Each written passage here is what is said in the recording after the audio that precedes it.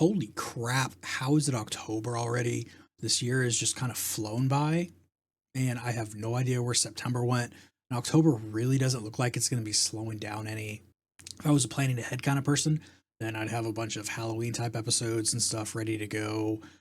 But that's not going to happen. I mean, we've got a good crop of episodes. They're just nothing particularly Halloweeny about them. So, let's take a look at September first, and then we'll worry about October, because September had a really good crop of episodes. We started things off with Spy versus Spy, had Anthony Sitko and Doc Issues on for that one. It's always fun to drag Doc out of his cave and onto the show.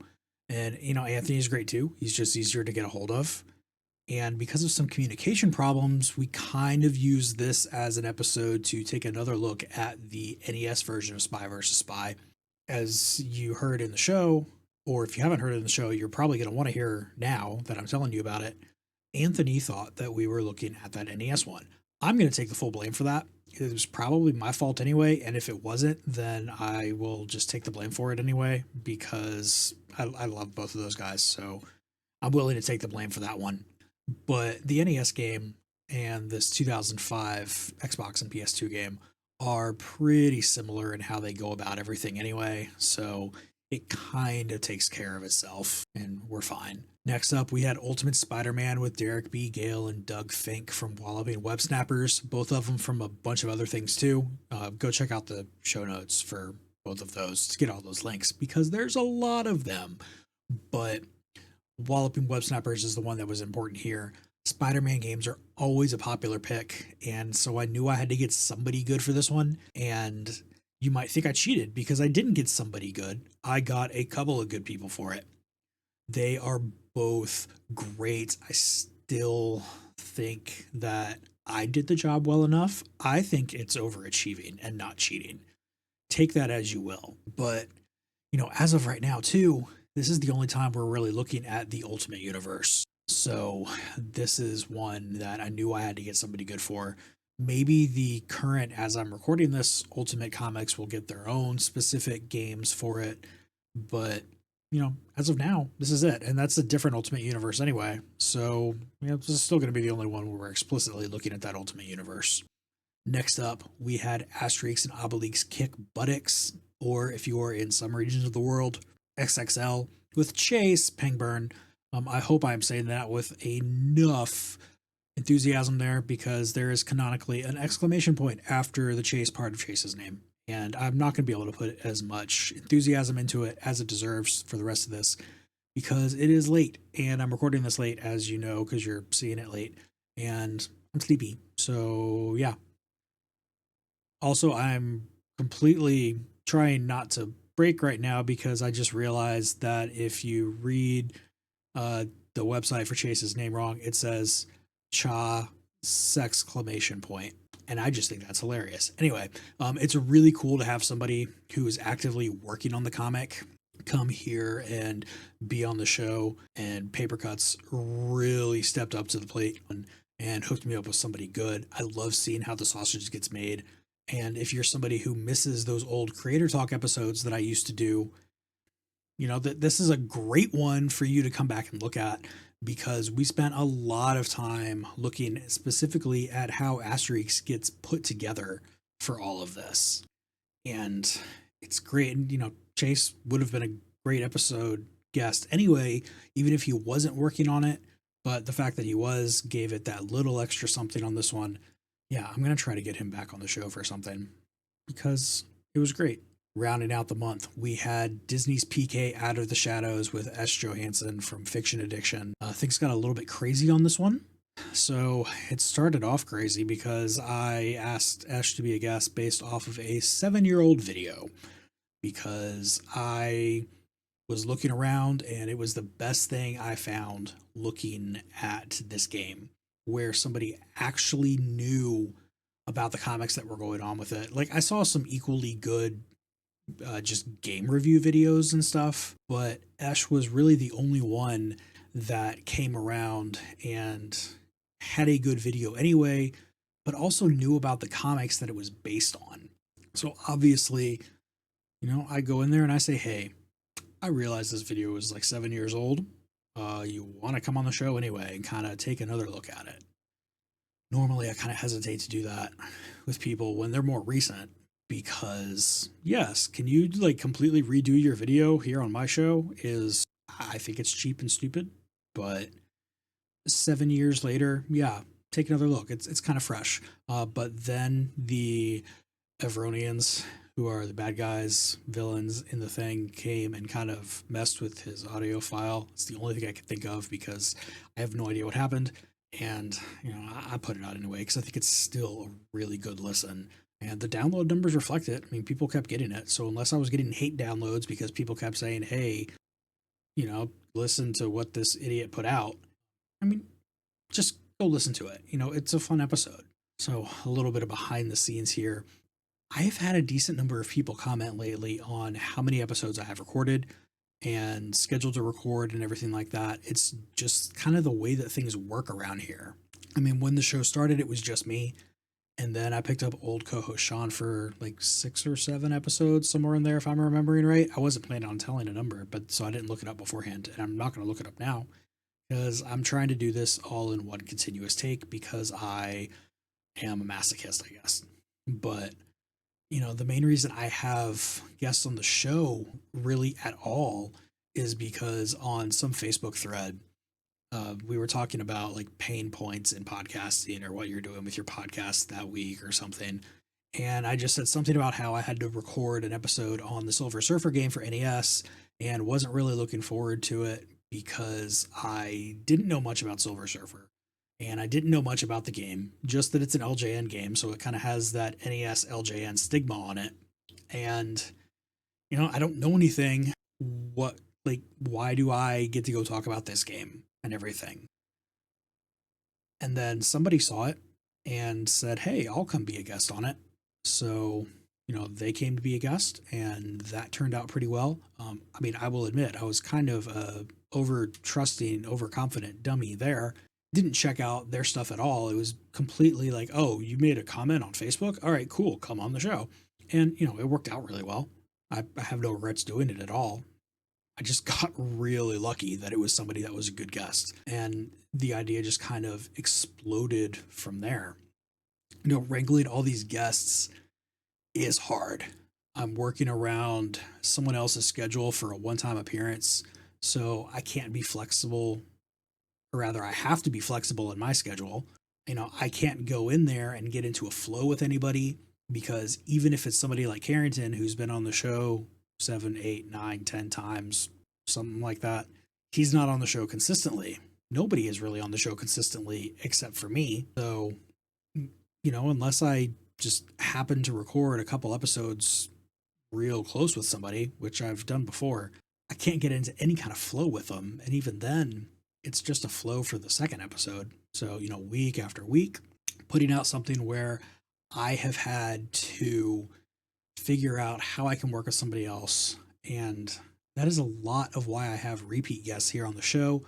Even though I can't get in that flow with them, I know that we work well together because, yeah, I'm definitely willing to try somebody once. Obviously, if I go check out their stuff and they have horrible sound quality, or I know that they were a problem for other people that I'm friends with, then I'm not going to do it. But, for the most part, you want to be on the show, you have a decent enough competent time, getting with me to get an episode scheduled, both on the pick a game part and on the get it scheduled part. Yeah, you're probably going to be on. And, I'm not going to get in any deeper on this here, but there are people that I will probably not have back on the show that I've had on for multiple reasons. But for the most part, everybody that I've had on the show, I will be very happy if I can get them on the show again because it all worked out so well.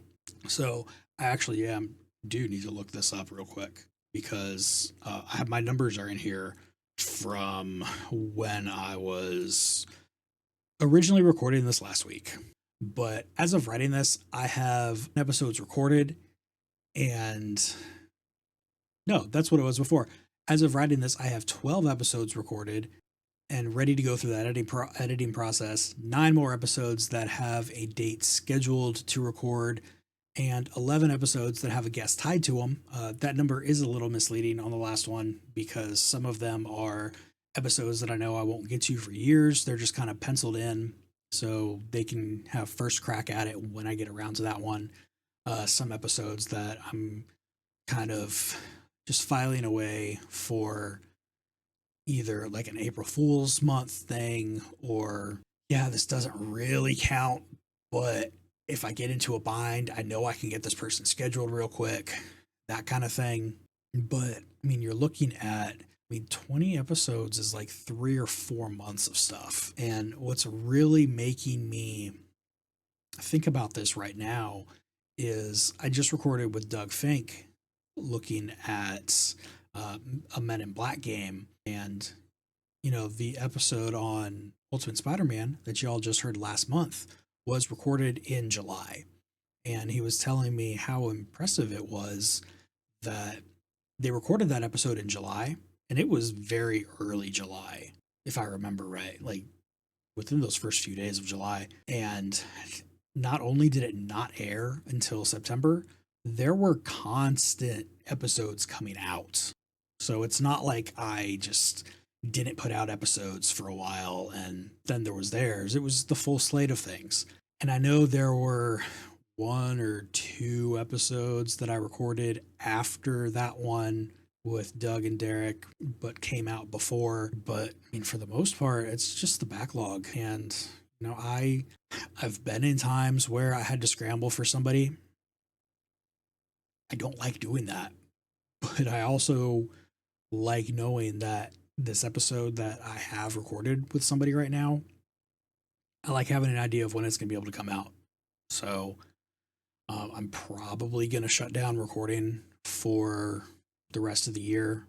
And by that, I mean, I'm probably going to book, or I'm probably going to stop booking people for 2025. You know, everybody that I already have scheduled, we're going to do it. Or people that I'm actively trying to get scheduled right now, because the names there are nice and you'll hear more about one of those later. But I mean, just with what I have right now, this is going to get me safely into 2026. And I know that's going to be another good year.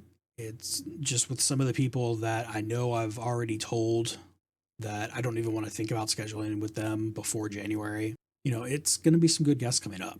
So, plus, just that time between American Thanksgiving and New Year's is crazy, and last minute cancellations, and oh no, this family thing came up, or I thought I was supposed to be back from vacation, but we got caught on the road for something. You know, it's weird. And to not have to worry about that is great. Speaking of things coming up, though, here's what we have coming out in September. So it was always going to be me telling you, oh, look, Dragon Ball Z Budokai with dock issues. That was always going to be after or before this video came out. But now, most likely, by the time you're seeing this, the episode looking at Yu-Gi-Oh! Rush F of Destruction with Max Golden from the Pop Quiz podcast is probably also out already. That is another good episode. Oh, God, that was such an easy edit, too. I loved it.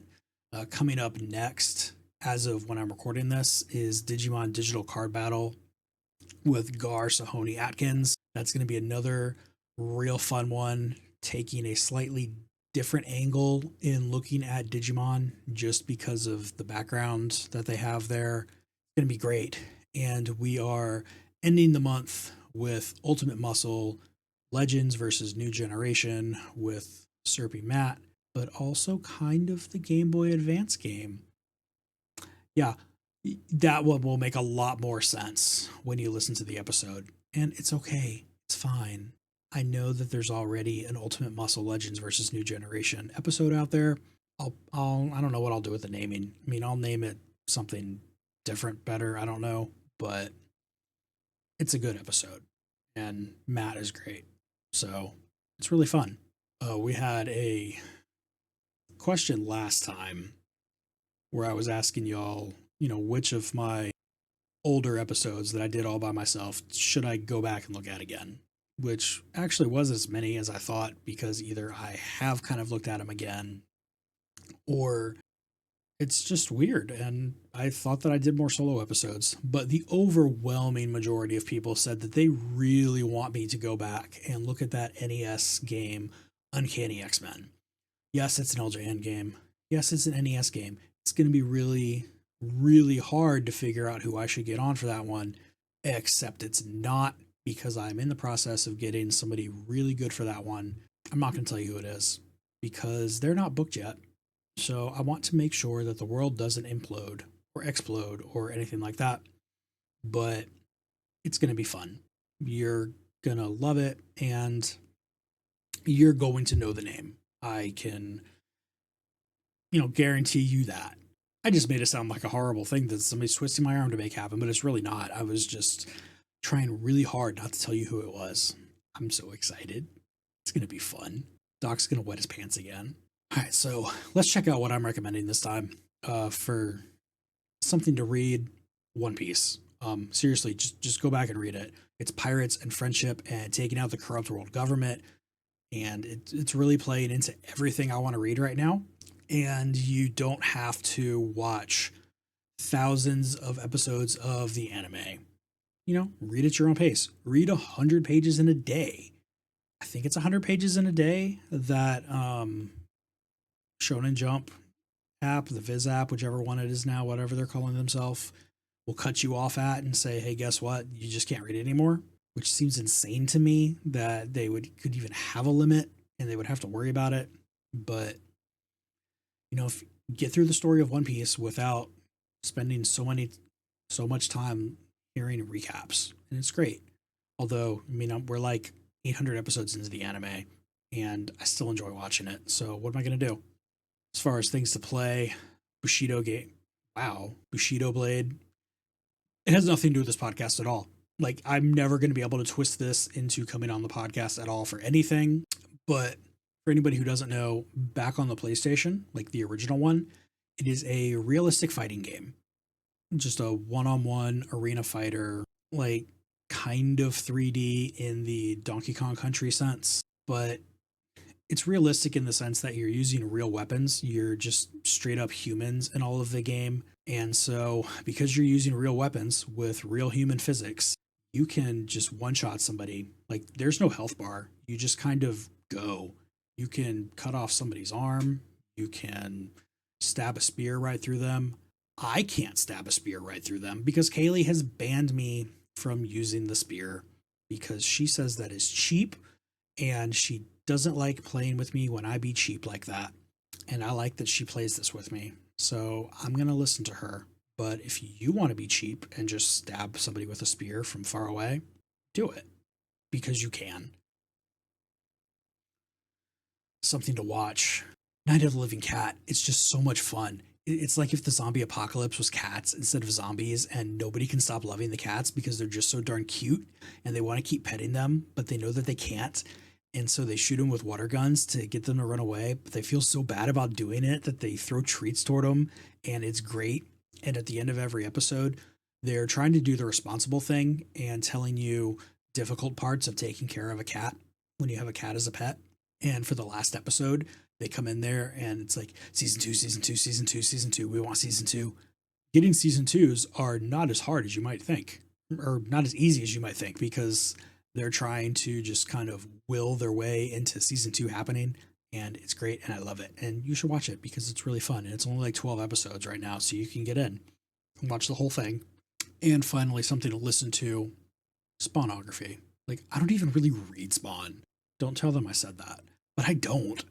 But I still listen to Spawnography just because it's so much fun. Pierce and George are great with everything, and that's why we've both been on each other's shows. They're taking you through Spawn in a fun way, and there's a certain read order that they go through whose name is escaping me right now, but it's a pretty prominent one if I remember right. And so, they jump on the soapbox when it's needed, which is way too often, in the sense that it needs to happen way too often, not that they do it way too often, because personally I think they don't do it enough. But I mean, I just love these dudes, and the love that they have for Spawn, and going in there with the critical eye that they have, being right up front with their biases, and being willing to change their mind about things as they're reading it is great. And I love it, and so should you. So, do you want more Play Comics? If you want to help support the show, there's Patreon, which, if you're watching this when it first comes out, that's how you're getting to watch it. And if you're watching it later, then you could be watching it earlier, because it is a thing that you can get from Patreon. And if you're reading this far, I have a question for you. And I'm really looking forward to seeing the answers for this one, seeing what people are interested in. Specifically on this one, how interested are you in checking out some specially select computer only games? I've had a few that have slipped in before. I have had a few people that have slipped in, like, hey, I don't really see anything on your list. I really want to be on your show. Here's this one game that I think we could talk about and make it work. But I haven't really put out there too heavily. I've told people behind the scenes and stuff. Yeah, I treat the computer games like I treat the non-US released games. If somebody comes to me with it and I think it'll make a good enough episode, we'll do it. But how interested are you in me making it more obvious to the general world that if there is a computer only game, we can look at it? I mean, we're never going to look at Batman Teaches Typing, if that even exists. I don't know if it does, but I wouldn't be surprised if it does. But, if we have an actual good game, then yeah, maybe I should go in somewhere and say, hey, we can look at that. Any memorable responses will be highlighted in the next video. For this one in the NES game, it was just a lot of people saying Uncanny X-Men for NES, some form of that.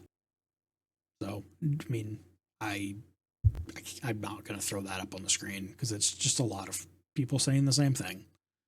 But, all right, so you stuck around for the end of the video. You might have noticed, making sure my finger works here, you might have noticed this little thing sitting here on the corner. And Chris, you're usually so good at keeping things off the screen. What is that thing that's been sitting on the screen? I got myself a big boy camera, and it's fun, and I love it. And it is a Canon because that's what I had before. And so that means I don't have to buy a bunch of lenses. I did get the kit lens with it from the guy I got it from because he had it and gave it to me. I guess he wasn't planning on using it. I honestly didn't really care if I got that lens or not because I knew I had all my old ones that still work. And thankfully, Canon is real good with their lens mounts. So, yes, I had to get a converter to go from their older lens mounts that I had to this newer lens mount, but the converter is just like, oh, hi, your plugs go here, but in the new one, they expect your plugs to go here. Well, here's a thing. Wow, I didn't plan this out very well, but here's a thing that just kind of matches them up with this third piece in the middle that I should have had ready for my demonstration. But I mean, that's essentially how the Canon lens mount converters work. It's great. So you go in there and everything works just like it's supposed to. If it autofocused before, it autofocuses now. All those things, it's great. So I don't know if I'm going to use this for the show or not. Probably will for something. Go get B-roll for videos because I can get video with this thing. Go get pictures of things to have in the newsletter. I don't know. We'll see. Is there anything you want to see pictures of? That can be another question here for you. I can throw pictures of things in here if I want, but that's it for now. For this one, I will see y'all in November, or rather, you will see me because that is how this video thing works. But most of all, just be nice to each other. Make sure to take care of each other. But most of all, just grab your game, grab a stack of comics, and go find yourself a new favorite character.